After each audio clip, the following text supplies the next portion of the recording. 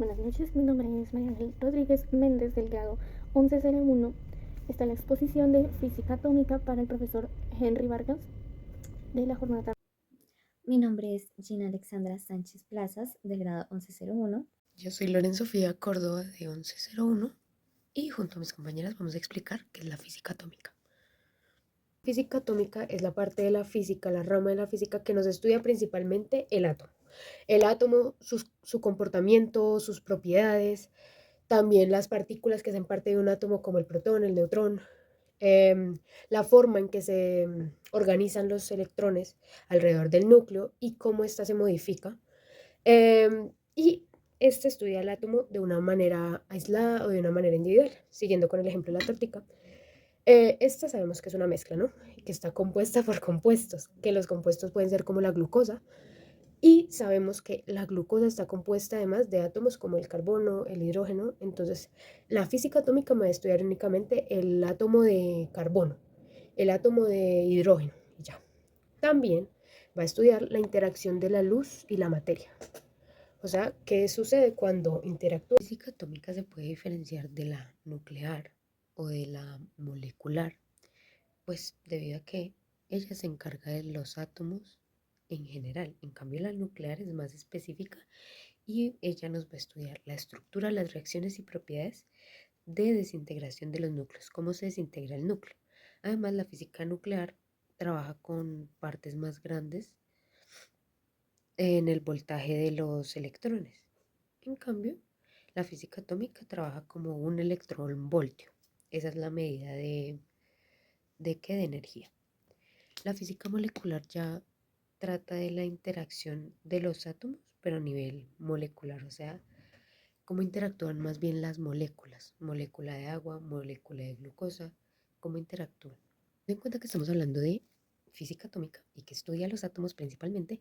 ¿Qué es un átomo? El átomo es la parte fundamental de la materia. Todo lo que vemos, todo lo que tocamos e incluso lo que no podemos ver como los gases tienen átomos. Esto está formado de átomos, esta moneda está formada de átomos y el aire que yo respiro está formado de átomos. El átomo tiene varias partes. La parte central es su núcleo. Está formado por protones, que son cargas positivas, y neutrones, que son cargas neutras. Y también tiene órbitas por donde pasan los electrones. O bueno, alrededor de él pasan los electrones. Los modelos atómicos son como las percepciones del átomo que hemos tenido los humanos a través de la historia. El primero en hablar del átomo, los primeros fueron Demócrito y Leucipo en el año quinto antes de Cristo, y pues ellos nos decían que cada cosita, cada objeto que vemos se podía dividir y iba a llegar el momento, digamos acá tengo una migaja de torta, va a llegar el momento en el que después de dividir tanto, iba a haber una parte que iba a ser indivisible, que iba a ser, sí, iba a ser la parte que no se podía dividir y este iba a ser el átomo. Luego llegó Dalton en 1808 y nos dijo que para cada sustancia diferente va a haber como unas características del átomo diferentes. Digamos el tamaño. El átomo de una roca no va a ser igual al átomo del metal o al átomo de esta torta o al átomo del oxígeno. El siguiente fue Thomson, que nos dijo que nos imagináramos el átomo como una tortica, que toda esta masa, la amarilla, iba a ser positiva y las uvas pasas iban a ser los electrones, lo negativo. Siguiente, eso fue en 1900. El siguiente fue Rutherford en 1910, 10 años después, y descubrió que el átomo estaba vacío, mayormente, y que era parecido al sistema solar, o sea, que había un núcleo y que los electrones estaban orbitando. El siguiente fue Bohr, que 3 años después nos dijo que no eran órbitas, que eran niveles de energía.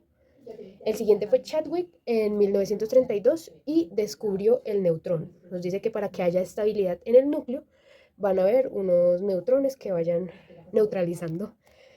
Por último, tenemos el modelo cuántico o el actual, que nos dice que los electrones se pueden definir o se pueden tomar como ondas o partículas.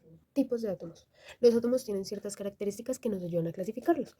El más común es el átomo neutro, que lo que significa básicamente es que tenemos la misma cantidad de electrones E negativo y la misma cantidad de protones P positivo. Son iguales. Entonces, si tenemos 16 electrones, vamos a tener pues 16 protones.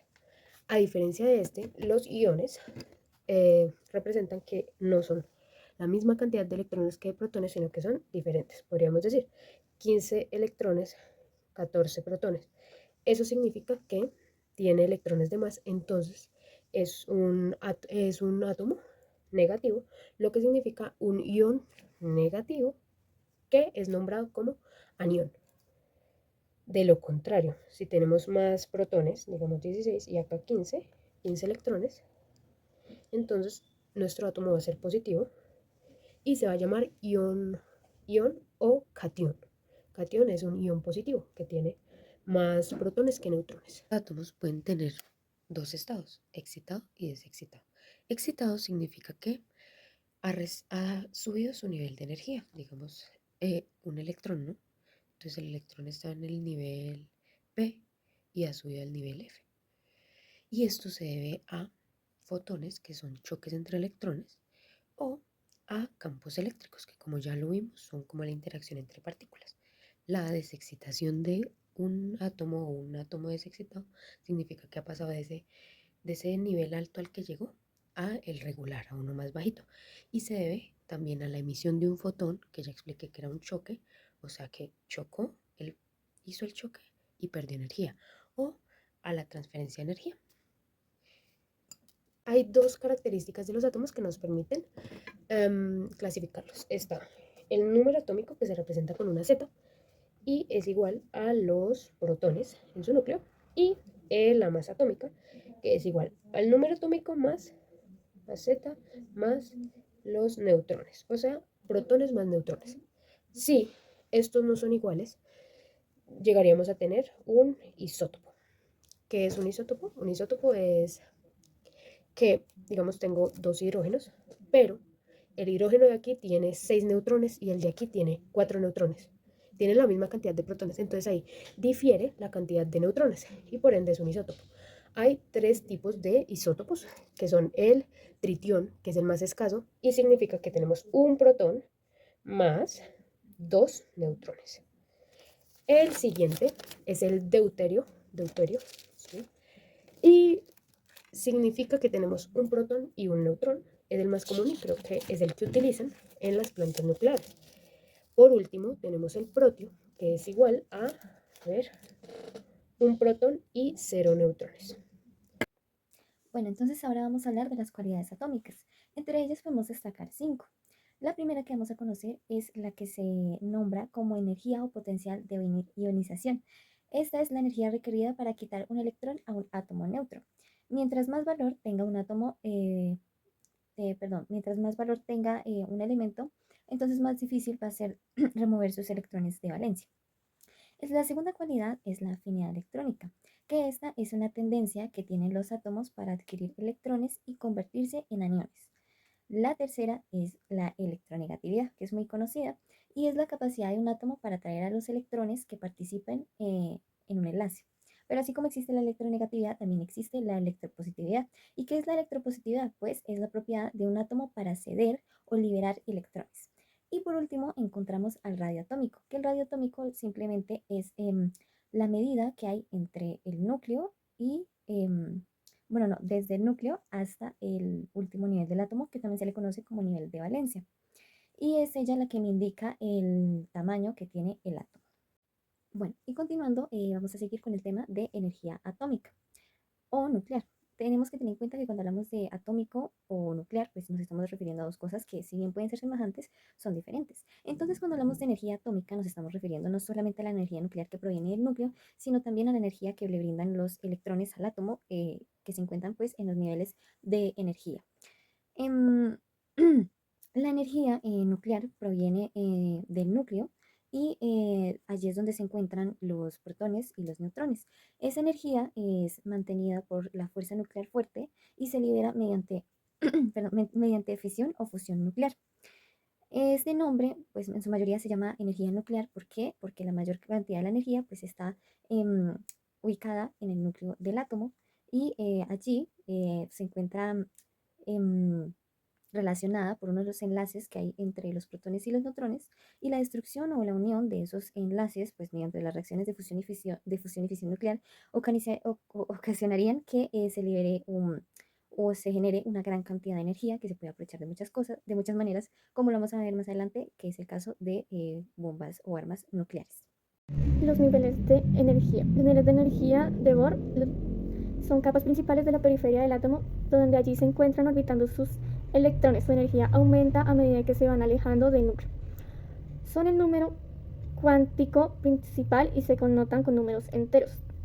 Actualmente se conocen 7 niveles de energía. Además, en el modelo cuántico se identifican 3 valores más que son diferentes entre ellos.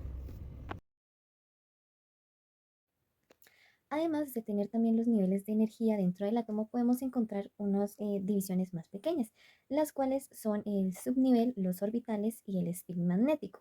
Entonces comencemos por hablar del subnivel. ¿Qué son los subniveles? Son también llamados azimutales, y ellos son capas internas que tienen los niveles, los cuales asignan un valor de energía. Su número, al igual que en los niveles de energía, es el mismo. Sin embargo, solamente se activan hasta 4 subniveles. Entonces, por lo tanto, si yo encuentro un átomo que tiene 4 niveles, también va a tener 4 subniveles. Pero si encuentro un átomo que tiene más niveles, pues no voy a encontrar una cantidad más alta de 4 subniveles en dicho átomo. Sigamos entonces con los orbitales. Los orbitales son las zonas del espacio donde existe la mayor probabilidad de encontrar a un electrón. En cada orbital caben máximo 2 electrones. Y por último, el spin magnético es el sentido de giro que tiene un electrón dentro de un mismo orbital. Hay que recordar que los electrones no solamente se mueven alrededor del núcleo, sino que también lo hace su propio eje. Continuamos hablando de la energía dentro del átomo. Ya sabemos que la energía dentro del átomo no solamente está dada por el núcleo del átomo donde se encuentran los protones y los neutrones, sino también está dada por la energía que le brindan los electrones ubicados en los niveles de energía alrededor del núcleo. Y es que son ellos conocidos como los responsables de la interacción entre los demás átomos. Los electrones que se encuentran en los últimos niveles de energía se conocen como los más em, cargados pues, de energía atómica. Y aquellos que se encuentran en un último nivel, también conocido como el nivel de valencia, se reciben el nombre de electrones de valencia, por pues estar ubicado en el último nivel del átomo. Entonces ahora la pregunta es, ¿cómo se mantiene la energía dentro del átomo?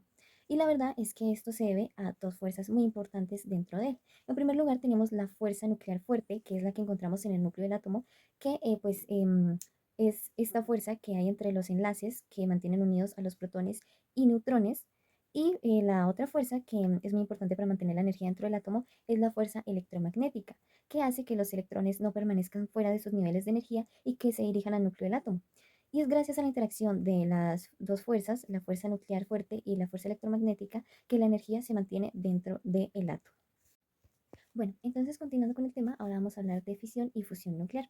Entonces vamos a conocer estos dos términos que son muy importantes porque son las reacciones o los procesos mediante los cuales el átomo o el núcleo del átomo puede liberar energía.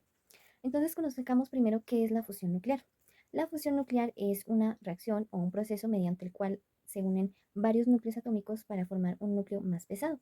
Estas reacciones en general pueden ser endotérmicas o exotérmicas, que quiere decir que pueden liberar o absorber energía en forma de luz o calor. Por otro lado, la fisión nuclear es todo lo opuesto a la fusión nuclear. Mientras que en la fusión nuclear se unen los núcleos atómicos, en la fisión nuclear se dividen. Y esto lo que hace es generar núcleos más pequeños y durante ese proceso se liberan energía, neutrones, que de hecho ellos son los que ayudan también al proceso de la fisión nuclear. También se liberan rayos gamma y otros fragmentos. Entonces podríamos establecer a partir de lo anterior que la principal diferencia entre la fusión y la fisión nuclear es que pues en la fusión nuclear se encuentra la unión o la combinación de varios núcleos atómicos, y en la fisión nuclear lo que encontramos es una división o una separación de estos núcleos atómicos. Ahora les voy a hablar de la bomba atómica. ¿Cómo funciona? La bomba atómica es una arma de destrucción masiva que utiliza la fisión nuclear para liberar la energía, teniendo de ejemplo las bombas atómicas que fueron arrojadas en Japón durante 1945. Podemos comprender cómo funcionan entre ellas. Ya sabemos que la fisión nuclear es una reacción que libera energía a través de la división de átomos en unos más pequeños. Los neutrones son clave en este proceso, pues ellos no poseen carga alguna y pueden ser utilizados como proyectiles. De hecho, son ellos quienes se pueden dividir el núcleo de un átomo en dos, dando paso a la fisión nuclear. Si impactamos un átomo inestable o un isótopo, este se dividirá para formar átomos más pequeños y estables, liberando los neutrones adicionales como si fueran proyectiles, obteniendo una reacción en cadena. Un ejemplo muy claro de la bomba atómica es la bomba de Little Bow, que contenía uranio, que es un isótopo muy radiactivo y muy inestable que libera una gran cantidad de energía. Sin embargo, para conseguir la reacción en cadena se utilizaron técnicas, entre ellas para introducir una bomba más pequeña. Esta bomba está rodeada por dos placas de uranio. Al detonarse se calentará hasta desintegrarse y liberará neutrones. Se dirigirán a una placa de uranio más grande y toda esa energía liberada se transformará en radiación, luz y calor, alcanzando temperaturas altísimas en cuestión de segundos. Al detonarse, liberará una inmensa ola de calor que calcinará al instante todo a su paso, además de una onda de choque que destruye estructuras. Finalmente, también liberará una radiación de gamma y de rayos muy perjudicial para nosotros. ¿Qué pasó con la energía de las bombas nucleares? La energía de las bombas nucleares se dividió en dos efectos, los primarios y los secundarios, siendo los efectos primarios los efectos inmediatos, los que sucedieron al momento de detonarse las bombas, que fue la onda expansiva, el pulso de calor calcinante, la radiación ionizante y el pulso electromagnético, mientras que los efectos secundarios fueron los retardados. Dichos efectos todavía se encuentran presentes, que son el deterioro del clima, el medio ambiente y el daño generalizado de la infraestructura. El daño que causó al ser humano fue demasiado grande y le cobró la vida a muchas personas, así como dejó marcas de personas discapacitadas y personas que, aunque sobrevivieron, tienen efectos muy marcados. A lo largo del tiempo, después de la detonación de estas bombas, se encontraron malformaciones en los ciudadanos que iban naciendo. Entre los cambios hay... Hablando de la astrofísica, hay que pues destacar algo muy importante, y es que hay una rama de la física que se llama astrofísica nuclear, que pues básicamente se trata de estudiar tanto el cosmos a través de la física nuclear y la física atómica. Y la física atómica se ve reflejada en este campo, vinculándose a cómo están compuestos las estrellas y los planetas, que pues todos ellos poseen materia, es decir, átomos. Y de hecho, la fuente de energía de las estrellas es la que es liberada por el proceso de fusión nuclear. La física atómica también nos ayuda a entender cómo envejecen y mueren las estrellas. Dependiendo de su masa, las estrellas pueden terminar como enanas blancas, estrellas de neutrones o agujeros negros. Y cada uno de esos procesos implica una intervención atómica diferente. Y en cuanto a la energía nuclear dentro de los planetas, esta es pues prácticamente nula, debido a que la temperatura y la presión deben ser extremadamente altas, y para el caso de los planetas como el nuestro, pues no se evidencian dichos factores. Entonces, esa energía simplemente la podemos encontrar a gran escala, la podemos encontrar en lo que son las estrellas, como nuestro Sol. Ahora nos vamos a adentrar un poquito en lo que son los campos donde ha intervenido o ha sido partícipe la física atómica. Comencemos entonces primero por el campo tecnológico. En este campo, la física atómica ha hecho aportaciones a la electrónica, por ejemplo, en el desarrollo de transistores y circuitos integrados. También en los láseres, la física atómica pues, ha sido esencial para el funcionamiento de los láseres utilizados en aplicaciones como la medicina. También podemos encontrar la computación, donde se encuentran los relojes atómicos, que son basados pues precisamente en la física atómica, y ellos proporcionan la precisión necesaria para sincronizar las redes de computadoras y los sistemas de navegación por satélite. El siguiente campo en el cual ha intervenido la física atómica es la medicina, y ha sido muy importante en lo que ha sido el diagnóstico por imagen y la radioterapia, en lo que es obtener imágenes detalladas del interior del cuerpo y el tratamiento de algunos tipos de cáncer que utilizan radiación ionizante. El siguiente campo donde ha sido partícipe es la energía. Pues sabemos que ha sido importante para conocer los conceptos de energía nuclear, la fusión y la fisión nuclear. Y esto ha permitido pues saber como una manera de conocer mucho mejor y manejar lo que es el átomo. El siguiente campo es la industria. Y es que ha sido importante para el desarrollo de nuevos materiales con propiedades específicas, como lo son los semiconductores utilizados en dispositivos eléctricos y la datación por radiocarbono, que es basada en la desintegración radioactiva de los isótopos para determinar la edad de algunos objetos antiguos. Y desde luego no podemos dejar atrás las ciencias básicas, como la química, donde la física atómica ha proporcionado los fundamentos para comprender los enlaces químicos y las reacciones químicas. Y por último, tenemos un tema muy interesante que es la astrofísica. En este, la física atómica ha sido muy importante para el estudio de los espectros atómicos de las estrellas y permitir determinar su composición química y su temperatura. Entre los campos de intervención de la física atómica se encuentra la tecnología en la electrónica, que se logró la comprensión de la estructura atómica que permitió el desarrollo de transistores y circuitos integrados, los pilares de la electrónica moderna. Los láseres. La física atómica es esencial para el funcionamiento de los láseres, utilizados en innumerables aplicaciones, desde comunicaciones hasta medicina. En computación, los relojes atómicos basados en la física atómica proporcionan la precisión necesaria para sincronizar las redes de computadores y los sistemas de navegación por satélite. En la medicina, para el diagnóstico por imagen y la radioterapia. En el diagnóstico por imagen, técnicas de la resonancia magnética nuclear, RMN su sigla, y la tomografía por emisión de positrones, PET. Se basan en los principios de la física atómica para obtener imágenes detalladas del interior del cuerpo. En la radioterapia, el tratamiento para algunos tipos de cáncer utilizando la radiación ionizante, cuya producción y control se fundamenta en la física atómica. La energía nuclear. En la fisión nuclear, que libera energía al dividir átomos pesados, es la base de las centrales nucleares.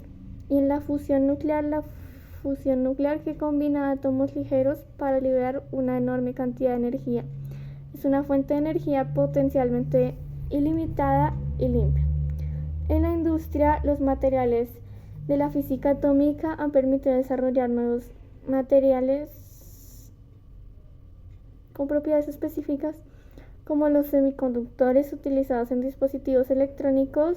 La datación por radiocarbono, basada en la desintegración radioactiva de los isótopos, se utiliza para determinar la edad de objetos antiguos, y en las ciencias básicas como es la química y la astrofísica.